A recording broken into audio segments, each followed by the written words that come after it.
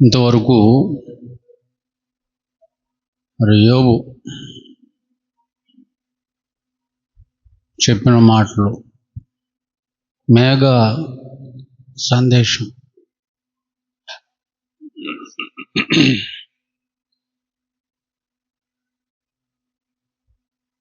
దానికి మాటలు లేవు, కానీ దాని గురించి ఆలోచన చేస్తే అది ఇచ్చే సందేశం సృష్టికర్తను గురించి.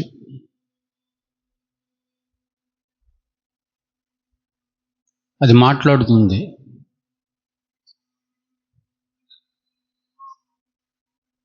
మనుషులు దాన్ని గ్రహించలేకపోతున్నారు.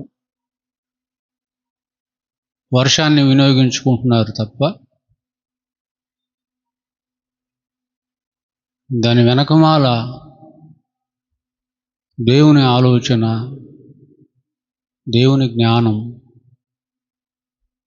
దేవుని ఉద్దేశం మనుషులకు అర్థం కావట్లేదు. ఏ కాడికి మనిషి నేర్చుకుంది ఆరగించటమే. దేవుడిచ్చిన దానిని తేరగా ఆరగిస్తాడంతే.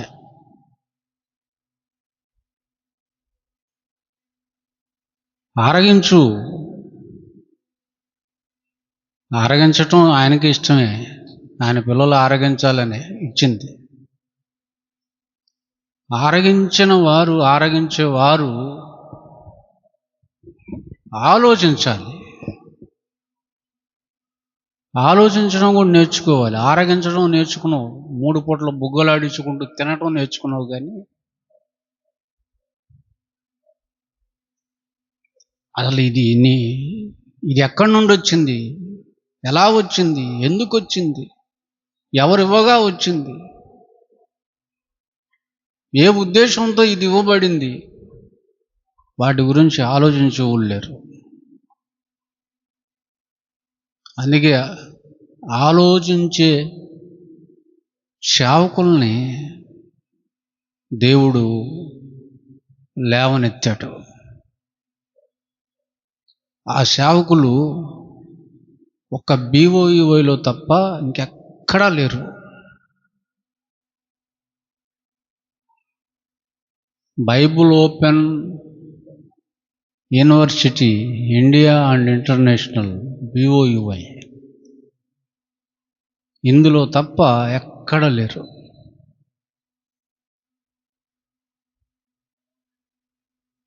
అందుకే వాళ్ళ పాఠాలు, వాళ్ళ ప్రసంగాలు ఎవరిలో కలవు, ఎవరు చెప్పలేనివి, ఎక్కడ విననివి వాళ్ళు చెప్పగలుగుతారు. వాళ్ళ దగ్గరే వినగలం, ఇంకెక్కడ వినలేం. అందుకే కడుపు మంట. అలా చెప్పని వాళ్ళకి ఆ జ్ఞానం సంపాదించలేని వారికి కడుపు మంటగా ఉంటుంది. ఏంటండి గనక మేఘం వలన నేర్చుకునే విషయాలు, మేఘాలు దేవుడు ఆజ్ఞాపింపగా కలిగాయి. ఎందుకు కలిగాయి, ఎందుకు కలిగించాడు దేవుడు వాటినంటే, ఈ భూలోకం కొరకు. భూలోకంలో ఎవరున్నారంటే ఆయన పిల్లలు ఉన్నారు, మనం ఉన్నాం. మన కొరకు ఆయన వాటిని కలిగించాడు. సముద్రాలలో ఉన్న నీటిని సూర్యుని ద్వారా వేడెక్కించి ఆవిరిగా మార్చి మేఘాలలోనికి చేర్చి వాటిని బయలుదేరమంటాడు. ఆయన ఎప్పుడు బయలుదేరమంటాడని ఆయన ఆజ్ఞ కోసం ఎదురు చూస్తూ ఉంటాయి. మీరు ఎప్పుడు ఆదివారం వస్తుందా, 1 గంట ముందుగా దేవుని సన్నిధికి పరిగెత్తుకుంటూ వెళ్ళాలని ఎదురు చూస్తారు. అట్లా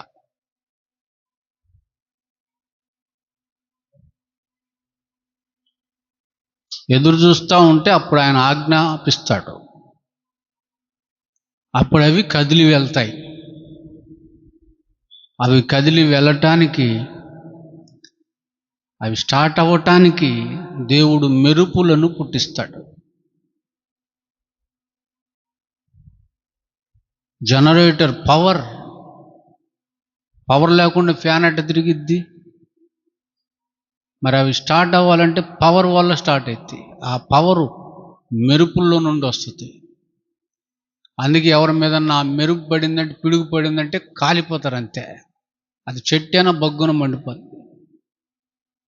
అవి స్టార్ట్ అయ్యి బయలుదేరుతాయి. స్టార్ట్ అయ్యామని తండ్రి అంటే, స్టార్ట్ అయ్యారా మరి పండి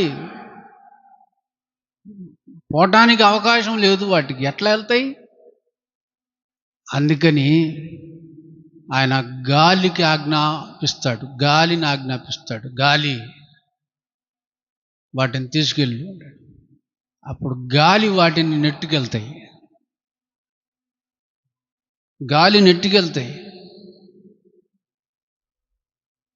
అప్పుడు తండ్రి మేము ప్రయాణం స్టార్ట్ అయ్యాం, ఇక గాలిని తీసుకెళ్తుంది మమ్మల్ని. ఎక్కడికి వెళ్ళాలంటే పలానా ఊరు వెళ్ళండి, పలానా నదికి వెళ్ళండి, నా బిడ్డలు కడుపు నిండే అంత నీరు నిండాలంటే పంటలు పండాలి, పంటలన్నీ సమృద్ధిగా పండేంత నీరు మీరు ఇవ్వండి అని చెప్తాడు. అంత నీరు ఇస్తే అయ్యి అదేంటండి. కొంతమంది ఉంటారు భయము, భక్తి లేకుండా, నాస్తికత్వంతో, హేతువాదంతో బరితెగించి బతికి వాళ్ళు, విచ్చలవిడిగా బతికి వాళ్ళు, దేవుణ్ణి లెక్క చేయకుండా బతికి వాళ్ళు, దేవునికి వ్యతిరేకంగా, విరోధంగా ఆలోచనలు చేసేవాళ్ళు, వాళ్ళ విషయంలో చెప్తాడు ఆయన, ముంచెత్తండి వాళ్ళని. వరదలు వచ్చే వరకు కురవాలి, సునామీలు రావాలి, తుడుచుకుపోయేటట్టుగా కురవండి అంటాడు. అదేంటండి. టోటల్గా ఏంటంటే ఆయన ఆజ్ఞను నెరవేరుస్తాయి అంటే విధేయత చూపుతాయి. వాటిలో ఉన్నది ఏంటంటే నేర్చుకోవాల్సింది విధేయత. దేవుడు ఉన్నాడని రుజువు చేస్తాయి అయ్యి. ఇంకోటి ఏంటంటే విధేయత, లోబడటం నేర్పుతాయి అయ్యి. లోబడటం, ఆయన ఆజ్ఞను శిరసా వహిస్తాయి అంతే. అదేంటండి. మరి ఆయన అంటే కలిగినటువంటి మేఘాలలో అంత విధేయత ఉంటే, ఆయన కంటే కలిగినటువంటి మనం ఎంత విధేయత కలిగి ఉన్నాం. ఆయన నోటితో అంటే వచ్చేసినాయి అవన్నీ. మనల్ని అట్ట అనలేదు ఆయన. కన్నాడు, తనలోని ఆత్మని విభజించి కన్నాడు. రక్తం పంచుకొని పుట్టినోళ్ళు మన పిల్లలైతే, ఆత్మను పంచుకొని పుట్టిన మనమందరం ఆయన పిల్లలం.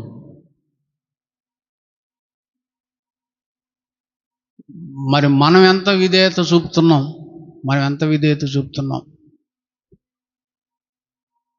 లోబడటం నేర్పుతున్నాడు దేవుడు. ఎలా లోబడాలో బైబిల్లో రాయించాడు. పిల్లలారా మీరు పెద్దలకు లోబడి ఉండండి. పిల్లలారా మిమ్మును కన్న తల్లిదండ్రులకు లోబడి ఉండండి. దాసులారా మీరు యజమానులకు లోబడి ఉండండి. శిష్యులారా మీరు గురువులకు లోబడి ఉండండి. విశ్వాసులారా మీరు కాపరికి లోబడి ఉండండి. భార్యలారా మీరు భర్తలకు లోబడి ఉండండి. లోబడటం పాపం కాదు, లోబడటం తక్కువ కాదు, లోబడటం బానిసత్వం కాదు. రాజులకు రాజు, ప్రభువులకు ప్రభు అయిన ఆయనే లోబడ్డాడు, లోబడి ఉన్నాడు. లోబడటం అంటే తన్ను తాను తగ్గించుకోవటం, తగ్గించుకొనుట. తన్ను తాను తగ్గించుకొనువాడు యేసుక్రీస్తు వారి వలె హెచ్చింపబడతాడు. గర్వంతో అహంకారంతో విర్రవీగితే వారు తగ్గించబడతారు. గనక దేవుని సంఘంలో ఉన్నటువంటి వారు తగ్గించుకొని ఉండాలి, విధేయత కలిగి ఉండాలి, వినయం కలిగి ఉండాలి, విశ్వాసం కలిగి ఉండాలి, భయము కలిగి, భక్తి కలిగి, వణుకు కలిగి సంఘంలో ఉండాలి. సంఘానికి అంటుకట్టబడి ఉండాలి. సంఘానికి అంటుకట్టబడి ఉండాలి. సంఘంలో ఒక స్తంభంగా ఉండాలి. కదలని వారిగా, స్థిరులుగా ఉండాలి. నమ్మకముగా ఉండాలి. ఎంతవరకు? తుది వరకు, చివరి వరకు, అంతము వరకు. ఎన్నో ప్రాబ్లమ్స్ వస్తాయి.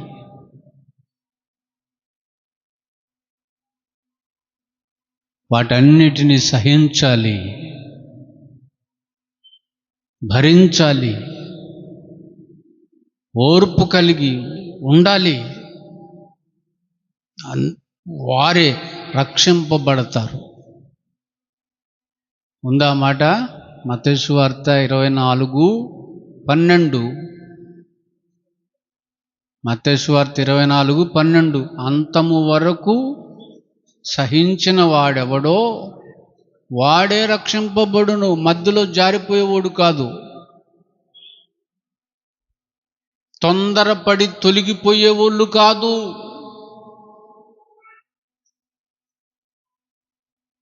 గట్టిగా ఏదన్నా వాక్యం వచ్చిందనుకోండి, తొందరపడతారు, తొలగిపోతారు. వాళ్ళు కాదు రక్షింపబడేది.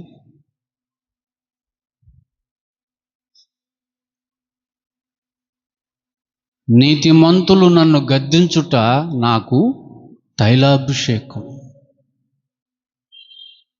అని ఆ గద్దింపును, ఆ కఠినమైన దేవుని మాటను తైలాభిషేకంగా తీసుకునే మంచి మనస్సు కలిగిన విధేయులే రక్షింపబడతారు.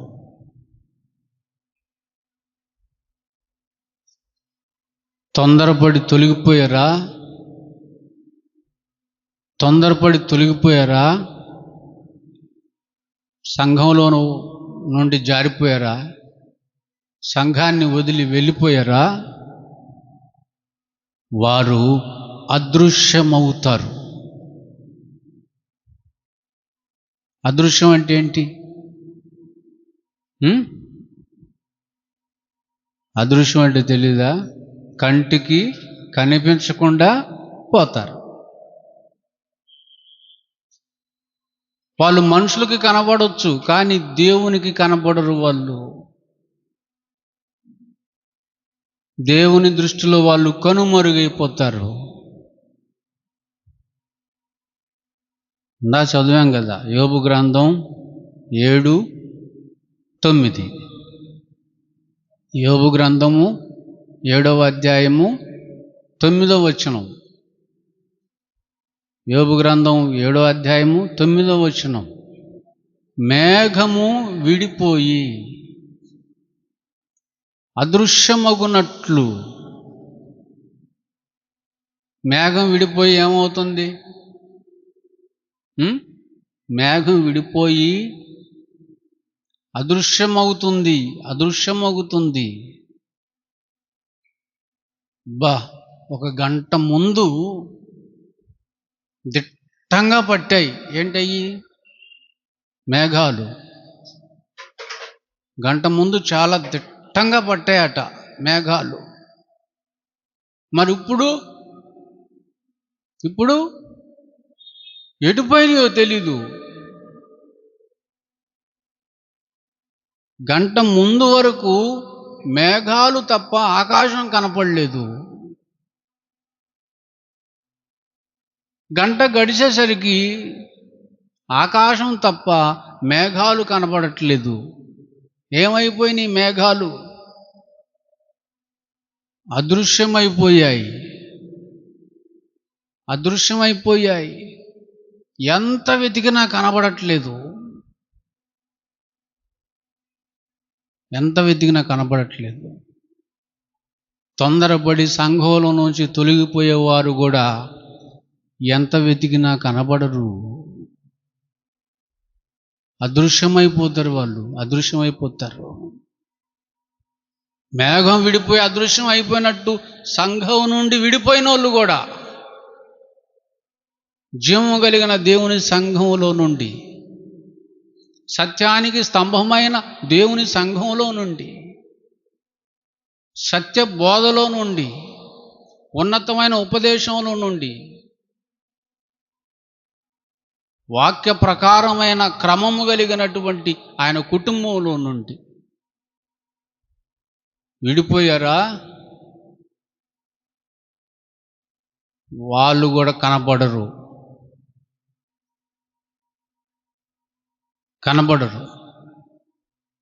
ఈ జ్ఞానం, ఈ ఆలోచన తొందరపడి తొలగిపోయిన వాళ్ళకి రాదు.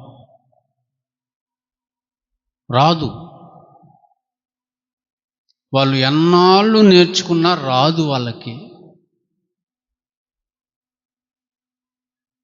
ఎందుకు రాదు? రాకపోవడానికి కారణం ఏంటి?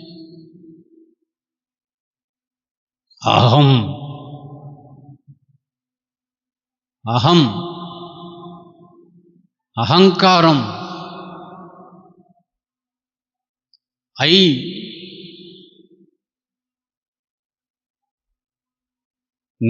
నేనే అన్న తత్వం,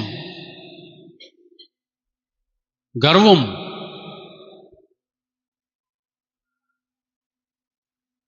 వారు గ్రహించకుండా చేసేస్తుంది.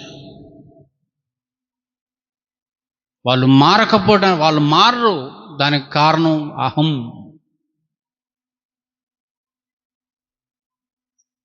వాళ్ళు వినరు, అహం. వారు లెక్క చేయరు, అహం.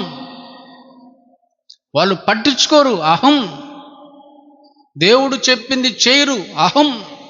దేవుడు చెప్పమన్నది చెప్పరు, అహం.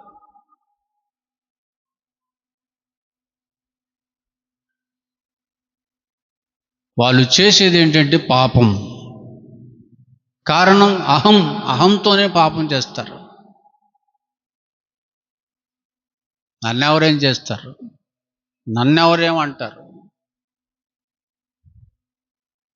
ఏంటంట వాళ్ళదే? ఏంటంట ఆడు గొప్పేంది?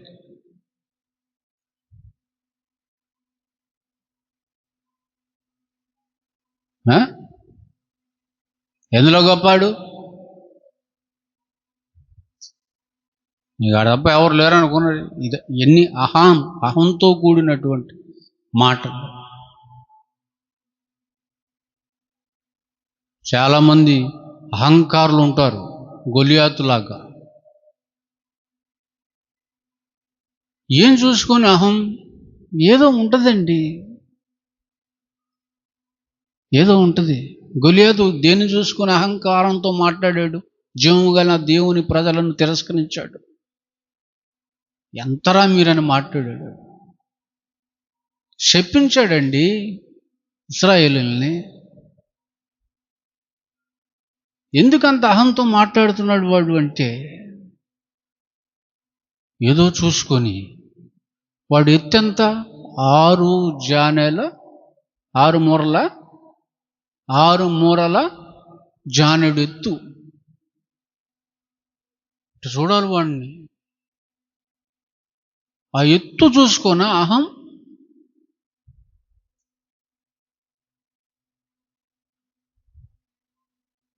ఈ రోజుల్లో స్టాటస్, డబ్బు, అధికారం, ఉద్యోగం, స్థలాలు, పొలాలు, వాటి వల్ల కూడా వస్తుంది అహం. అందం వస్తుంది అహం. వీళ్ళు అహంకారులు అని ఎలా గుర్తుపట్టగలం? మాటల వలన, చూపుల వలన, క్రియల వలన, ప్రవర్తన వలన వీళ్ళు అహంకారులని గుర్తుపట్టవచ్చు. వారి వలన సమాజానికి అపాయం, వారి వలన దేశానికి అపాయం, వారి వలన జీవము కలిగిన దేవుని సంఘానికి కూడా అపాయం. ఈ అహంకారులు అనేవారు బయట ఉంటారు, అలాగే లోపల కూడా ఉంటారు. బయట ఉన్నటువంటి అహంకారుల వలన సమాజానికి ఎంత అపాయమో, అలాగే లోపల అనగా దేవుని సంఘంలో ఉన్నటువంటి అహంకారుల వలన కూడా దేవుని సంఘానికి, సంఘంలో ఉన్న కుటుంబాలకి, వ్యక్తులకి అంతకంటే ఎక్కువ అపాయం. మరి దేవుని సంఘంలో అహంకారులు ఉన్నారా? తిమోతికి రాసిన 2వ పత్రికలో, తిమోతి గారికి పౌలు గారు రాసిన 2వ పత్రికలో 3వ అధ్యాయంలో మొదటి నుండి కొన్ని వచనాలు మీరు చదువుకోగలిగితే, అంత్య దినములలో, అంత్య దినములలో అంటే ఈ దినములలో ఏ కాలములు వస్తాయి? అపాయకరమైన కాలములు వచ్చునని తెలుసుకును. ఎవరి వల్ల అయ్యా? ఎవరి వల్ల వస్తాయి? ఎవరి వల్ల వస్తాయి?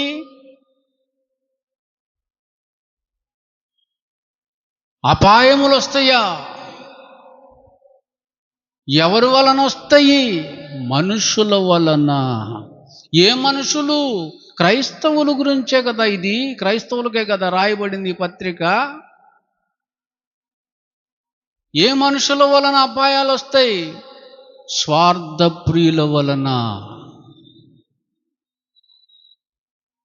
స్వార్థప్రియుల వలన సంఘానికి అపాయం. తర్వాత ధనాపేక్షకుల వలన. ధనం పిచ్చి ఉందా ఎవరికన్నా? వాళ్ళ వలన సంఘానికి అపాయం. బింకములాడు వారి వలన అపాయములు కలుగుతాయి సంఘానికి. వచ్చారు చూసారా? ఎవరు వచ్చారు? 4 అహంకారుల వలన అపాయాలు.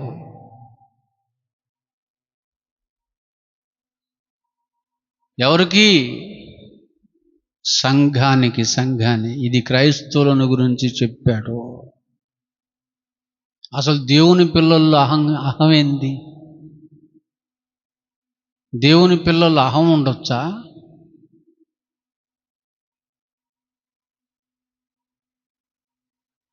గర్వం ఉండొచ్చండి?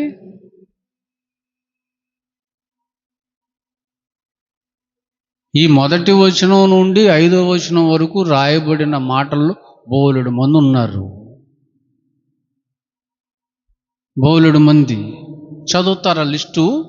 అహంకారులను, దోషకులు, తల్లిదండ్రులకు అవిధేయులు, కృతజ్ఞత లేనోళ్ళు, అపవిత్రులు, అనురాగరహితులు, అతిద్వేషులు, అపవాదకులు, అజితేంద్రియులు, క్రూరులు, సజ్జన ద్వేషులు, ద్రోహులు, మూర్ఖులు, గర్వాంధులు, దేవుని కంటే సుఖానుభావాన్ని ఎక్కువగా ప్రేమించువారు, పైకి భక్తి గల వారి వలె ఉండి దాని శక్తిని ఆశ్రయించని వారునే ఉన్నారు. వీరి వలన అపాయములు.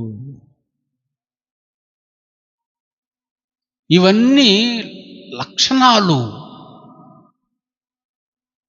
ఇవన్నీ ఎవరి లక్షణాలు?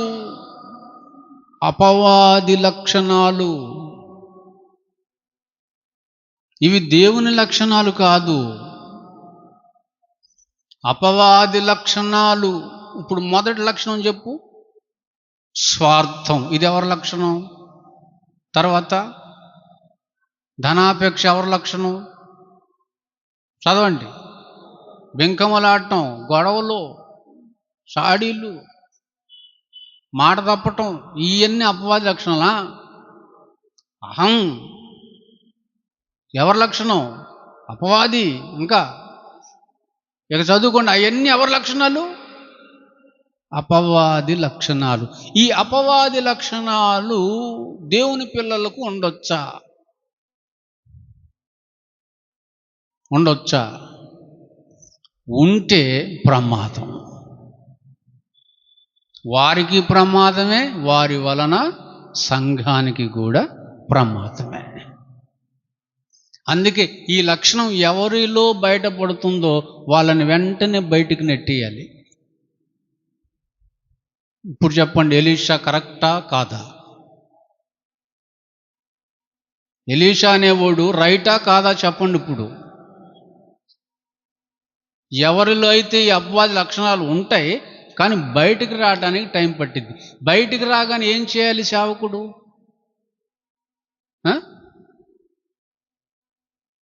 నెట్టేయాలి, లేకపోతే సంఘానికి అపాయం. అపవాది యొక్క లక్షణం బయట పడగానే దేవుడు ఏం చేశాడు? పరలోకంలో నుండి వాడిని నెట్టి పడేశాడు. ఎందుకు నెట్టాడు? ఉంచుకోవచ్చుగా. ప్రేమామయుడు, దయామయుడు, ఇంకా చెప్పు, కృపామయుడు, కనికరము కలిగిన వాడు, కరుణా కటాక్షము గలవాడు, ఉంచుకోవచ్చుగా. ఉంచుకోవచ్చుగా అమ్మా. సహనము గలవాడు, దీర్ఘశాంతము గలవాడు ఎవరో. మరి అపవాదిని ఎందుకు ఉంచుకోలేదు? లూసిఫర్ని ఎందుకు ఉంచుకోలేదు? కోటాను కోట్ల మంది దేవదూతలకు హెడ్డుగా ఉండి దివారాత్రులు సైన్యములకు అధిపతియగు యెహోవా పరిశుద్ధుడు, పరిశుద్ధుడు, పరిశుద్ధుడని గాన ప్రతిగానాలతో ఆయనను స్తుతిస్తూ ఆరాధిస్తున్న ఆ లూసిఫర్ని ఎందుకు ఉంచుకోలేదు? వాడికంటే మంచోడువా నువ్వు? నువ్వు ఆదివారం ఒక్కసారే కదా ప్రభువానికి స్తోత్రం అనేది, కానీ వాడు కోట్ల సంవత్సరాల నుంచి పరిశుద్ధుడు, పరిశుద్ధుడు, పరిశుద్ధుడు, పరిశుద్ధుడని స్తుతిస్తూనే ఉన్నాడు గాన ప్రతిగానాలతో. వాడిలో సాతాను తత్వం బయటపడగానే వాడిని నెట్టేశాడు. ఎందుకు? ఎందుకు? ఎందుకు? పరలోకం పాడవుతుంది. పరలోకంలో ఉన్నవారికి అపాయం, మిగిలిన వాళ్ళందరికీ ఏంటి? అపాయం. అలాగే అపవాది లక్షణం బయట పడగానే నిజమైన సేవకుడైతే నెట్టేయాలి బయటికి. నెట్టకపోతే వాడితో పాటు అందరూ అపాయం పాలైపోతారు.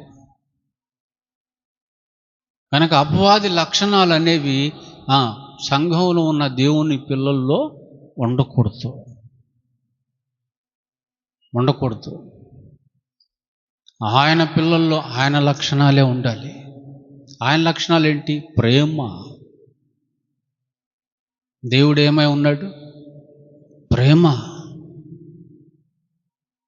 జాలి, దయ, కరుణ, కటాక్షము, కృప,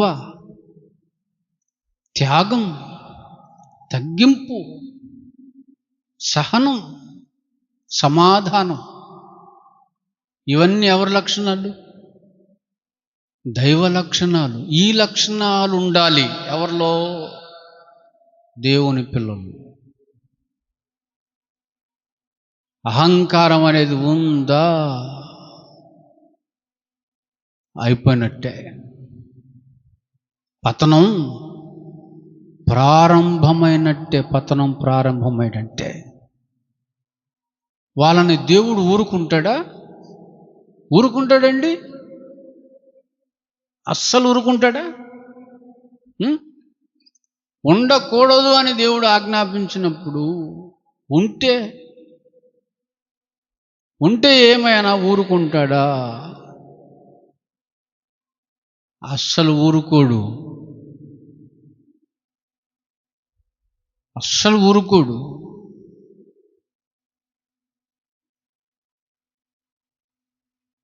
అయినా అహంకారం గలవారు పాడే పాట ఒకటి ఉంటుంది.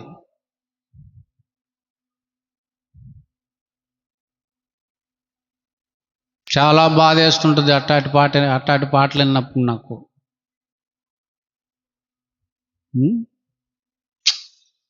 కీర్తన 101, దానికి ముందు 75కి రండి. 75వ కీర్తన 4వ వచనం. 75:4 అహంకారులై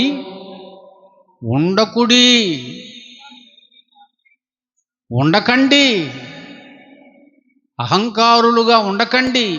అహంకారులకు నేను ఆజ్ఞ ఇచ్చుచుంటిని.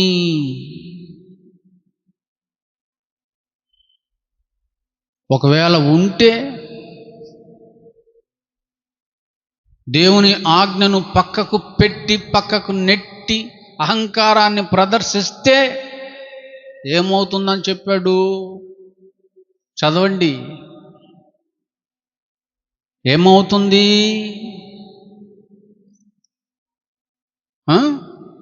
నేను వాళ్ళని సహించను, నేను వాళ్ళని సంహరిస్తాను. 101 ఎంత వచ్చినాం? 101వ కీర్తన 5-6 అహంకార దృష్టి గల వారిని చూసారా? అహంకారం ఎందులో కనపడుతుంది? దృష్టిలో, కళ్ళల్లో, చూపులో అహంకారం. అహంకారంగా చూస్తారండి. కొరికారం పెట్టాలి వాళ్ళకి. వాళ్ళ చూపులో ఏ కారం కనపడుతుంది? అహంకారంగా చూస్తారు. కిందికి మీదకి చూస్తుంటారు. వాళ్ళే మామూలుగా చూడరు. కిందికి మీదకి చూస్తుంటారు. వాళ్ళకంటే తక్కువ వాళ్ళు పక్కన కూర్చున్నారు అనుకో,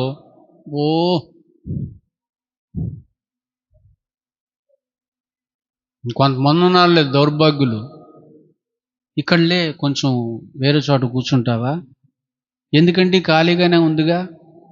ఖాళీగా ఉంది కానీ కొంచెం వేరే చోట కూర్చో. ఎందుకంటే వస్తుంది. రిజర్వేషనా? చర్చిలో కూడా సీట్ రిజర్వేషనా? నెట్టేయాలి. పేకపట్టి బయటికి నెట్టిపడేయాలి ఇద్దరిని. అహంకార దృష్టి. చదవండి. వారిని గర్వించిన హృదయము గల వారిని సహిస్తాడు దేవుడు. నేను సహించను. ఇంకా మరి ఎవరిని సహిస్తాడు? నా యొద్ద నివసించున్నట్లు దేశములో. అది నమ్మకస్తులైన వారి కొరకు నేను కనిపెడుతున్నాను. ఆయన మంచి వారితో ఉంటాడు. నమ్మకస్తులైనటువంటి వారితో ఉంటాడు. నమ్మకస్తులు అంటే ఎవరు? వాళ్ళలో దీనత్వం ఉంటుంది, వారిలో తగ్గింపు ఉంటుంది, వారిలో మంచి మనసు ఉంటుంది. వారితో ఆయన ఉంటాడు. ఇవి దేవుని పిల్లల్లో ఉండాలి. ఇవి ఎవరిలో అయితే ఉంటాయో వాళ్ళతో దేవుడు ఉంటాడు. అంటే చివరికి ఆయన చెప్పేది ఏంటంటే, మీరు నాలా ఉండండి, నేను మంచివాడిని, మీరు మంచివారిగా ఉండండి. నేను పరిశుద్ధుణ్ణి, మీరు పరిశుద్ధులుగా ఉండండి. నేను ప్రేమ కలిగినోడిని, క్షమ కలిగినోడిని, క్షమించేవాడిని, మీరు ప్రేమ కలిగి ఉండండి, క్షమాగుణం కలిగి ఉండండి, కరుణ కలిగి ఉండండి, దయ కలిగి ఉండండి. ఇదండి ఆయన లక్షణాలన్నీ చెబుతూ మీరు నాలా ఉండండి అన్న సందర్భాలు బైబిల్ గ్రంథంలో చాలా మనకి కనపడతాయి ప్రియులారా, చాలా కనపడతాయి. ద్వితీయోపదేశకాండం చూడండి, 18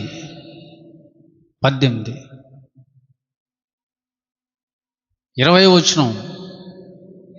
అంతేకాదు, ఏ ప్రవక్త కూడా అహంకారము పూని నేను చెప్పమని తనకు ఆజ్ఞాపించని మాటలు నా నామాన చెప్తాడో, అసలు ఇతర దేవతల నామాల గురించి ఎత్తకూడదు, ప్రస్తావించకూడదు. నేను చెప్పమని చెప్పలేదు, చెప్పునో ఆ ప్రవక్త కూడా చావాలి. 17 నుంచి చదవండి, బాల్లో ఉంటుంది. ఇట్లా అన్నాడు.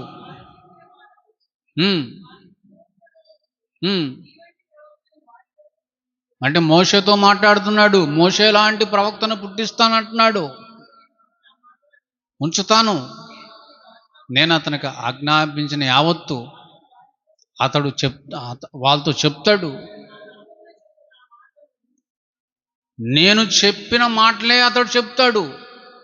అతడు నా నామాన చెప్పే మాటలు వినని వారిని దాని గురించి విచారణ చేస్తాను. అంతేకాదు, ఏ ప్రవక్త కూడా అహంకారము పూని నేను చెప్పమని తనకు ఆజ్ఞాపించిన మాటలు చెప్తాడో చావాలి వాళ్ళు. నేను చెప్పమన్నవే చెప్పాలి ఎవరైనా సరే. నేను చెప్పమన్నవి ఎవరు చెప్తారు? నేనంటే భయం కలిగిన వాళ్ళు, నన్ను నమ్మినోళ్ళు, నా ఎడల నిజమైన శ్రేష్టమైన భక్తి గలవారు. నేను చెప్పమన్నవే చెప్పాలి. బైబిల్లో ఏవైతే ఉన్నవో అవే చెప్పాలి. వేరే చెప్తే త్రియేక దేవుడు అని చెప్తున్నాడు ఒకడు.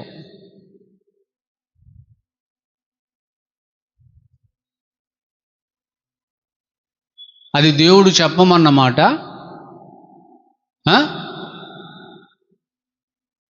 త్రియేక దేవుడు అని చెప్పాల బైబిల్లో. ముగ్గురు ఉన్నామని చెప్పండి. తండ్రి ఉన్నాడు, కుమారుడు ఉన్నాడు, పరిశుద్ధాత్ముడు ఉన్నాడు. వేరువేరుగా ఉన్నారు. ముగ్గురు ఒకటని చెప్తున్నాడు ఒకడు అంటే వాడు అహంకారి. దేవుడు చెప్పమన్నది చెప్పడు, దేవుడు వ్రాయించింది చెప్పడు, వాడికి ఇష్టం వచ్చింది చెప్తాడు. వాడు అహంకారి, దేవుని మాట వినడు. వాడు చావవలెను. కానీ మోషే, నువ్వు అట్లాంటోడు కాదు, నువ్వు అలాంటోడు కాదు, నువ్వు నా ఇల్లంతటిలో నమ్మకమైన వాడవు, భూమి మీద ఉన్నవారందరిలో మిక్కిలి సాత్వికుడవు, గనుక నీ వంటి ఒక ప్రవక్తని నీ సహోదరుల కొరకు పుట్టిస్తాను. ఆయన కూడా ఒక మాట అంటాడు, నేను సాత్వికుడును దీన మనస్సు గలవాడును గనుక నా దగ్గర నేర్చుకోండి. తగ్గింపు నేర్పుతా, దీన మనస్సు నేర్పుతా, సాత్వికం నేర్పుతా. గర్వం, అహంకారం, కోపం, క్రోధం, కక్ష ఇవేవి లేని వారిగా నేర్పుతా, తీర్చిదిద్దుతా మిమ్మల్ని. నా యొద్ద నేర్చుకోండి. మోషే దేవుని ఇల్లంతట్లో ఎలాగైతే నమ్మకంగా ఉన్నాడో, యేసుక్రీస్తు వారు కూడా దేవుని ఇల్లంతటిలో నమ్మకముగా ఉన్నాడని హెబ్రీ 3లో ఉంది. అర్థమైందండి? యేసుక్రీస్తు వారు దేవుడు చెప్పింది విని దానినే తీసుకొచ్చి చెప్పాడు. నా తండ్రి యొద్ద నేను వినిన సంగతులనే మీకు బోధించుచున్నాను. విధేయత గలవాడు. విధేయత గలవాడు అంటే అహంకారం లేనోడు, గర్వం లేనోడు, దీనత్వం గలవాడు. కానీ ఇక్కడ ప్రవక్త అహంకారంతో ఆయన చెప్పమన్నవి చెప్పకుండా ఆయన వద్దు అన్నవి చెప్తాడట, లేనివి చెప్తాడట. జన్మ పాపం ఉందా? లేదు, కానీ వీడు ఉందని చెప్తాడు. వీడు ఉందని చెప్తాడు. వాడు అహంకారి. పశువుల పాకాలు యేసుక్రీస్తు వారు పుట్టాడా? పుట్టలేదు, కానీ పుట్టాడని చెప్తాడు. ఇటు ధర్మశాస్త్రం ఉందా? కొట్టివేయబడిందా? కొట్టివేయబడింది, కానీ ఇంకా ఉంది, దశంభాగం ఈయన అంటాడు.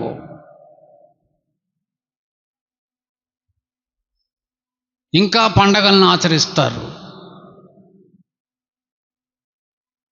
ఇంకా మంచి రోజులు చూస్తారు, ఇంకా ముహూర్తాలు చూస్తారు.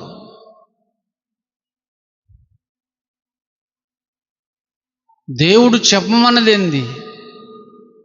నా రాజ్యం సమీపిస్తుంది, సువార్తను వినండి, నమ్మండి, మారు మనసు పొందండి, సంఘంలోకి రండి, నమ్మకంగా అంతం వరకు ఉండండి, మీరు రక్షణ పొందుతారు. ఈ వదిలేసి ఏయో చెప్పేస్తారు. అమాయకులైనటువంటి క్రైస్తవుల్ని నాశనం చేసేస్తారు, పాడు చేసేస్తారు. వాడు చావాలి. ఏమంటున్నాడు దేవుడు? వాడు చావాలి, చంపాలి వాడిని. నేను కేవలం బయటికి నెట్టేస్తున్నానండి, కానీ దేవుడు ఏమంటున్నాడు? వాడిని చంపాలి రా బాబు, చంపకుండా ఏంది? వాడు చావాలి. సంఘాన్ని పాడు చేస్తున్నాడు వాడు, నా పిల్లల్ని పాడు చేస్తున్నాడు. అహంకారం కలిగిన వాళ్ళు లోబడ్రు.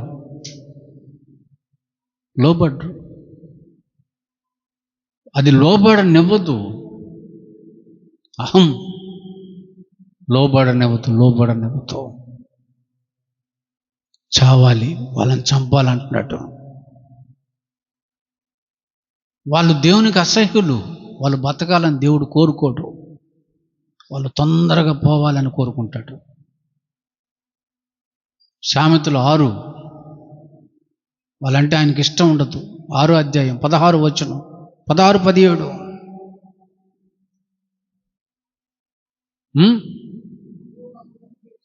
యెహోవాకు అసహ్యములైనవి 6 ఉన్నాయి, 7 కూడా హేయమే. అవి ఏంటంటే, అరే ముందే ఉంది అహంకార దృష్టియు, కల్లాలాడు నాలుకయు, నిరపరాధలను చంపు చేతులు, దుర్యోఆలోచనలు చేసే హృదయం, కీడు చేయటానికి త్వరపడే పాదాలు, అబద్ధ సాక్షి, అన్నదమ్ములలో జగడాలు పుట్టించువాడు. వాళ్ళందరూ ఎవరట? అసహ్యులు.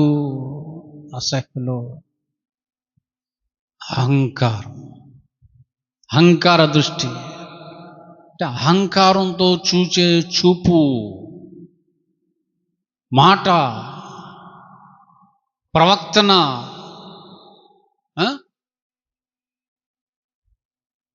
స్పష్టంగా కనపడుతుంటుంది అహం. కొంతమంది మాట్లాడుతుంటే స్పష్టంగా అహం కనపడుతుంటుంది. కొంతమంది చూస్తే స్పష్టంగా అహం కనపడుతుంటుంది. కొంతమంది ప్రవక్తనలో స్పష్టంగా అహం కనపడుతుంటుంది. అవన్నీ దేవునికి అసహ్యములు అంటున్నాడు. చూడండి 17కి రండి, సామెతలు 17 7వ వచనం. అహంకారం చూసారు, మాటల్లో అహంకారంతో మాటలాడుట ఎవరికి తగదు? బుద్ధి లేనోడికి తగదు. మాటలలో అహంకారం, క్రియలలో అహంకారము.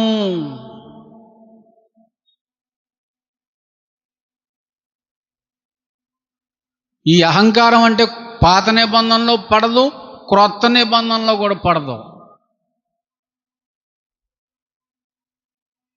మనుషుల్ని నాశనం చేసేది, వాళ్ళ వల్ల అనేకులు నాశనం అయిపోయేది ఈ అహంకారం వల్లే.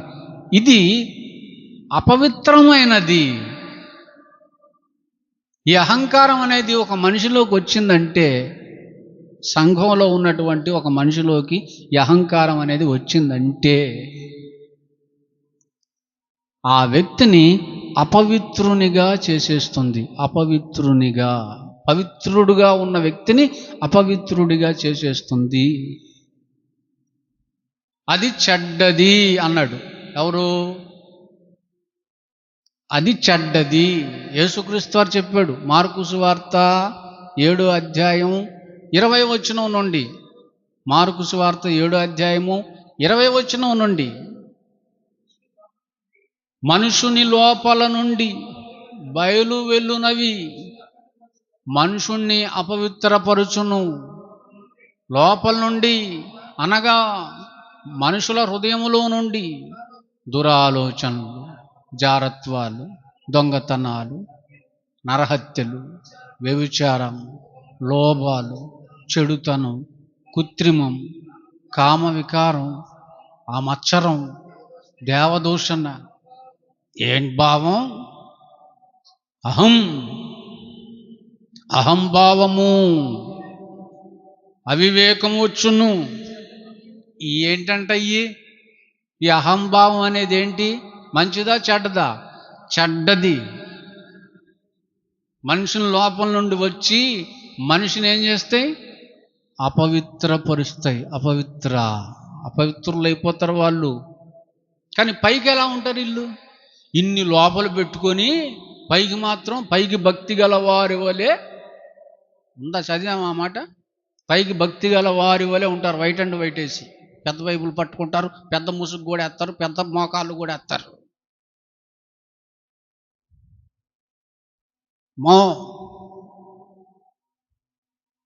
కానీ లోపల ఎట్లున్నారు? పైకి పౌరాల్లాగా ఉండి లోపల కాకుల్లాగా ఉంటారు. పైకి గొర్రెల్లాగా ఉంటారు, లోపల క్రూరమైన తోడేళ్ల వలె ఉంటారు. పైకి ప్రేమ, లోపలంతా కపటం.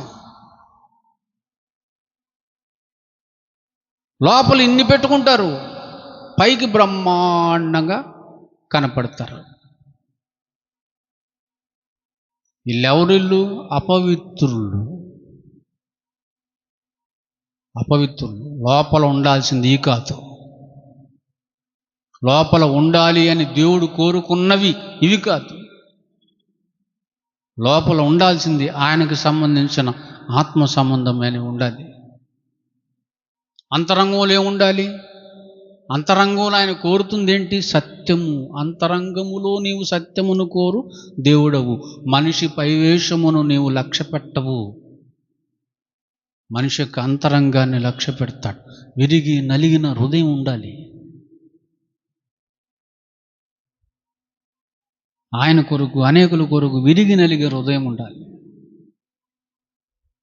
వాళ్ళు పవిత్రులు లిస్టులోకి వస్తారు, కానీ వీళ్ళందరూ అపవిత్రుల లిస్టులోకి వచ్చేస్తారు. సామెతలు 16:18లో దీని గురించి ఇంకొక మాట రాయబడింది. ఏమని? నాశనానికి ముందు గర్వం నడుస్తుంది. సిగ్నల్.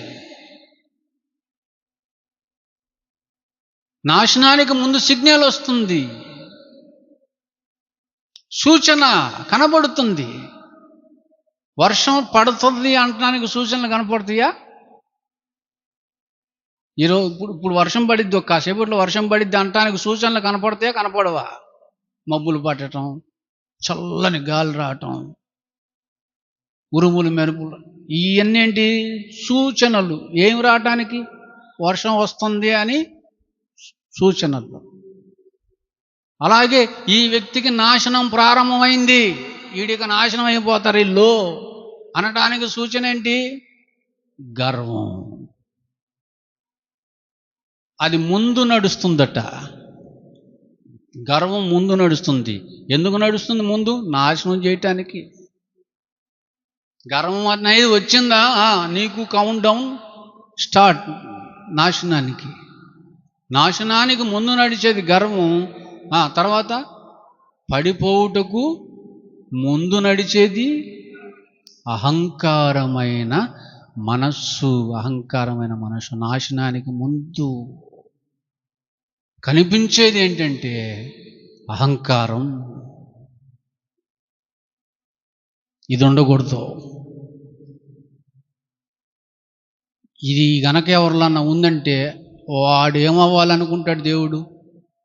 వాడు చావాలి. వాడిని సహించడు ఆయన, వాడిని భరించడు, వారిని క్షమించడు ఆయన. పోతారాళ్ళు, ఖచ్చితంగా పోతారు. గొలియాతు పోయాడా? ఉన్నాడా? వాడికి ఉన్నవన్నీ చూసుకొని రెచ్చిపోయాడు అహంకారంతో. మామూలుగా రెచ్చిపోయాడండి. దూషించేశాడు ఇశ్రాయేలు ప్రజల్ని, దేవుని ప్రజల్ని. అహంకారంతో నిండిపోయింది వాడి హృదయం అంతా.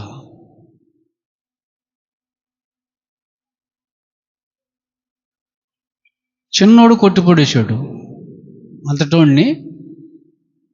దావీదండి బుడ్డోడు, దేంతో కొట్టాడు? ఈట లేదు, కత్తి లేదు, డాల్ లేదు. వాడికంటే యుద్ధ నైపుణ్యం తెలిసినోడు వాడు పుట్టిన దగ్గర నుంచి.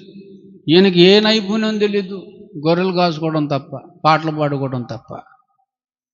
ఏ నైపుణ్యంలోనోడు చిన్న రాయితో కొట్టిపడేశాడు.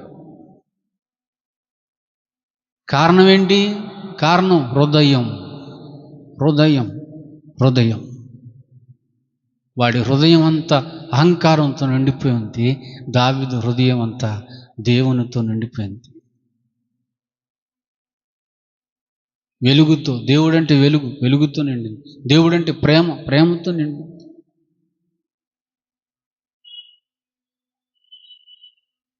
అందుకే గెలవగలిగాడు, జయాన్ని పొందగలిగాడు. 131లో దావీదు గురించి చూడండి.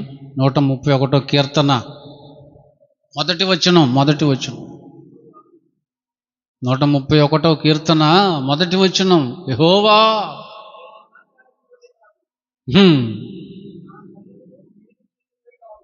నా హృదయము అహంకారము గలది కాదు. గొలియాతుది అహంకారము గలది, నాది కాదు. అంటే దావీదు హృదయంలో ఏం లేదు? అహంకారం లేదు. దావీదు ఏమన్నా చిన్నోడా? రాజండి, మహారాజండి. మహారాజు మాట్లాడుతున్నాడు ఏమని? తండ్రి, నా హృదయంలో అహంకారము లేదు. తగ్గింపే, వినయమే, విధేయతే. ఎంత ఎత్తు ఎదిగినా అహంకారం లేదు. నా కన్నులు మీదికి చూడట్లేదు, పైకి చూడట్లేదు. నా కన్నులు నెత్తి మీదకి రాలేదు, పైకి చూడట్లేదు. నా కన్ను నాకు అందని వాటి అందైనా, గొప్ప వాటి అందైనా. అబ్బా, అసలు ఆ ఇంట్రెస్ట్ లేదు నాకు వాటి మీద. వాటి గురించిన ఆలోచనే నాకు లేదు. నా హృదయంలో అహంకారం లేదు, నా కన్నులు మీదికి చూడట్లేదు. ఎంత బాగుందండి దావీదు హృదయం చూడండి, వాడిని చూడండి, గొలియాతుని. గనక ఇది రాకుండా కాపాడుకోండి, ఇది రాకుండా చూసుకోండి. ఇట్టివారి వలనే అపాయాలు కలుగుతాయి, ప్రమాదాలు కలుగుతాయి. అర్థమైందండి? కనుక కుటుంబంలో ఉన్న వాళ్ళందరూ దేవుని లక్షణాలతో నింపబడి ఉండాలి. ఈ లక్షణాలకు వ్యతిరేకమైనటువంటి లక్షణాలు, అపవాది లక్షణాలు, అవి గనక వచ్చాయా, అవి గనక కనిపించాయా, ఇక అపాయమే. దేవుడు వారిని సహించడు, దేవుడు వారు బ్రతకాలని కోరుకోడు. మనుషులు కోరుకోరు, దేవుడు కోరుకోరు. మనుషులు అంటుంటారు అప్పుడప్పుడు, వీడు చస్తే బాగుండురా, ఇది చస్తే బాగుండు.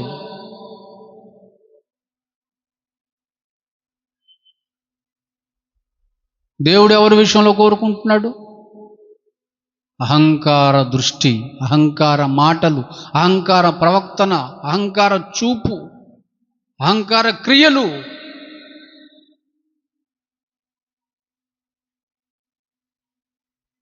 అవేవి లేకుండా ఉండటం మంచిది. మోషే గారి విషయంలో దేవుడు ఇచ్చిన సాక్ష్యం గలవారు కావాలి.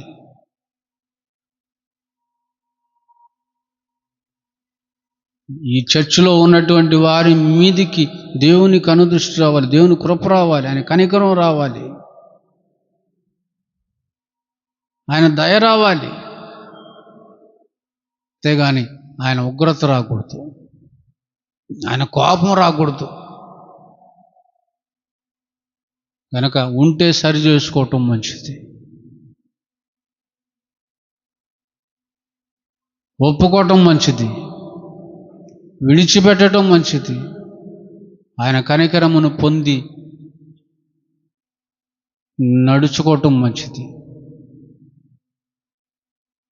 అదేనండి. కానీ కొందరు ఎందుకు అలా లేరు? అహంకారంతో ఉన్నారు.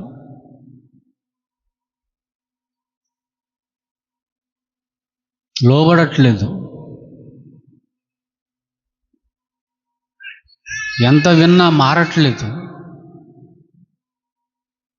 ఎన్ని తెలుసుకున్నా దైవికంగా ఎదగట్లేదు. వాళ్ళ ఆత్మ క్షేమాభివృద్ధి చెందట్లేదు.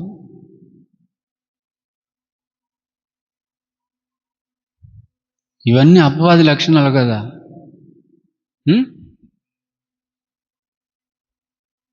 దేవుడు చెప్పింది చేశాడు అంతే.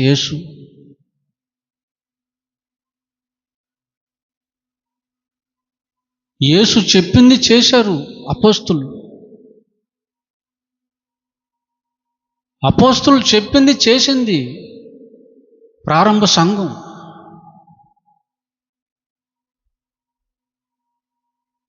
చాలా మంచోళ్ళు అండి వాళ్ళు, చాలా మంచోళ్ళు. అందుకే వాళ్ళ వల్లే ప్రపంచానికి సువార్త అందింది. ఈ సృష్టి అంతటికి సువార్త ప్రకటింపబడింది, సర్వ సృష్టికి. కానీ ఈ రోజులు ఉన్నారండి అట్టడోళ్ళు, కోపంతో, ద్వేషంతో, అసూయతో, కక్షతో, కపటంతో, గర్వంతో, అహంకారంతో అపవిత్రులుగా, పైకి మాత్రమే భక్తి గల వారిగా ఉంటున్నారు అంతే. మేలు కోరి, మంచి కోరి, ఒక మాట చెప్తే అర్థం చేసుకొని లోబడి సాగిపోయే తత్వం కలిగిన వాళ్ళు ఈ రోజుల్లో లేరు.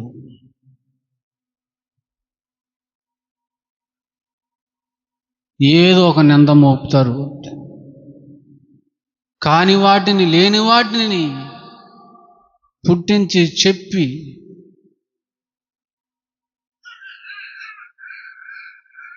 ఎందరో అపార్థం చేసుకొని వాళ్ళు కూడా వాళ్ళతో పాటు నాశనం అయ్యేటట్లుగా పనిని ప్రారంభిస్తున్నారు. దేవుడు ఏది చెప్పినా, సేవకుడు ఏది చెప్పినా మంచి కోసం చెప్తాడు, క్షేమం కోసం చెప్తాడు, బాగు కోసం చెప్తాడు.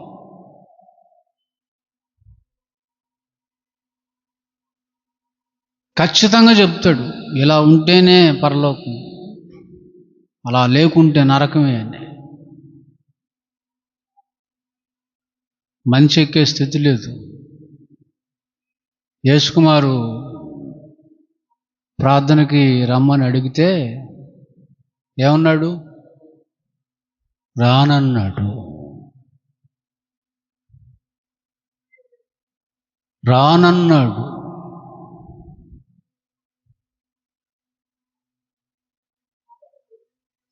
ఏందో నిందలు మోపి వెళ్ళిపోయిన వాళ్ళు ఉన్నారు, లేని వాడిని పుట్టించి వెళ్ళిపోయిన వాళ్ళు ఉన్నారు, మన గురించి ఏవేవో చెప్పుకున్నారు.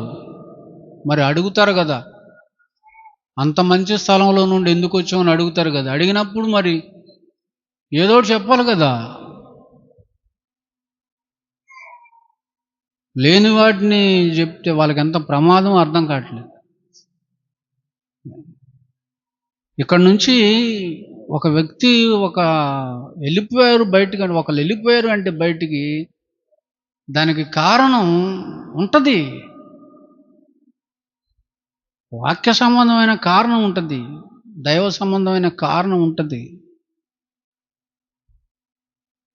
ఎప్పుడు ఒక వ్యక్తి తనకు తానుగా బయటికి వెళ్ళిపోయి అదృశ్యం అయ్యే సన్నివేశాలు ఉంటాయి, సందర్భాలు ఉంటాయి. దేవుడే తీసేసే సందర్భాలు కూడా ఉంటాయి. నాలో ఫలింపని ప్రతి తీగను కత్తిరించి బయట పారవేసేది ఎవరు? నేను నిజమైన ద్రాక్షవల్లిని, నా తండ్రి వ్యవసాయకుడు. తీగ ద్రాక్షవల్లిలో ఉంటేనే అది ఫలిస్తుంది. అది ఎందుకు ఫలించట్లేదు? ద్రాక్షవల్లిలో లేదు, కనెక్ట్ అయి లేదు. అటువంటిది ఎండిపోతుంది. దాన్ని యజమానుడు గమనించి కత్తిరించి బయట పడేస్తాడు. అలా చేయకపోతే మిగిలినవన్నీ ఏమైపోతాయి? అందుకే నాలో ఫలించే ప్రతివారు ఇంకా బహుగా ఫలించాలి అన్న ఉద్దేశంతో నా తండ్రి ఫలించని ప్రతి తీగని కత్తిరించి బయటపడేస్తున్నాడు. వాటి పరిస్థితి ఏంటి? జనులు వాటిని పోగు చేస్తారు, అగ్నిలో కాల్చివేస్తారు. అది గనక అహంకార మనసు ఎప్పటికీ వద్దు, చాలా ప్రమాదం. అది డేంజర్. ఎప్పుడు మనం విధేయత కలిగి ఉండాలి. విధేయత, సర్వకాల విధేయత కలిగి ఉండాలి. మనం రాణి అవ్వకముందు మొర్దెకైకి ఎస్తేరు ఎలా లోబడుతూ వచ్చిందో, రాణి అయిన తర్వాత కూడా మొర్దెకైకి ఎస్తేరు అలా లోబడుతూ వచ్చను అన్న మాట బైబిల్లో ఉంది. అధికారం రాకముందు లోబడింది, అధికారం వచ్చాక కూడా లోబడింది. దాన్నే సర్వకాల విధేయత.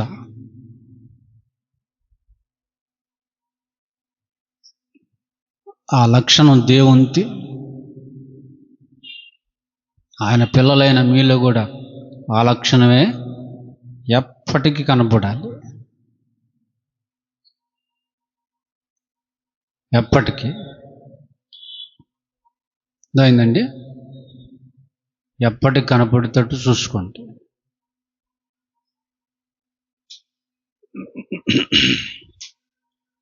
కానీ ఒక్కడు గుర్తుపెట్టుకుని, నేను ఎప్పుడు చెప్పేది చెప్తున్నా మీకు, ఎవరు ఉన్నా లేకపోయినా, ఎవరు వచ్చినా రాకపోయినా నేను ఇంతే.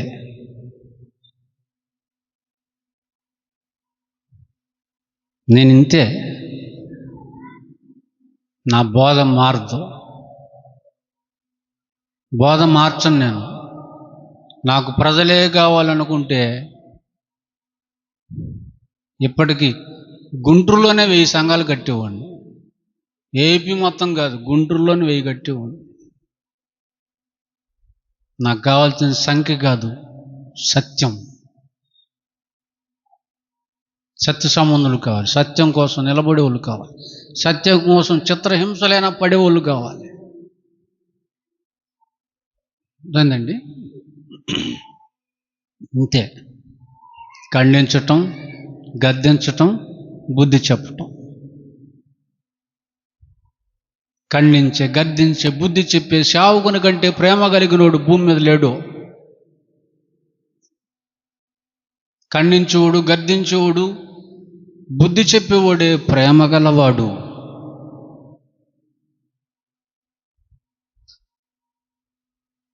మేలు కోరి స్నేహితుడు గాయపరుస్తాడు. లోపల ప్రేమించుట కంటే బహిరముగా గద్దించుట మేలు. ఎవరికి మేలు? అతనికి మేలు.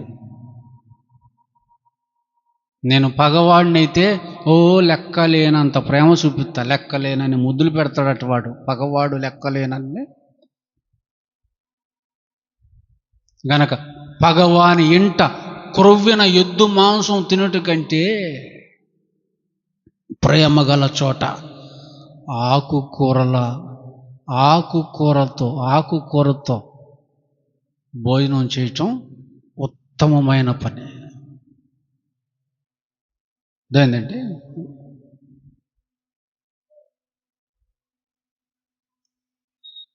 నన్ను పోలి నడుచుకోండి, కళ్ళు మూసుకోండి.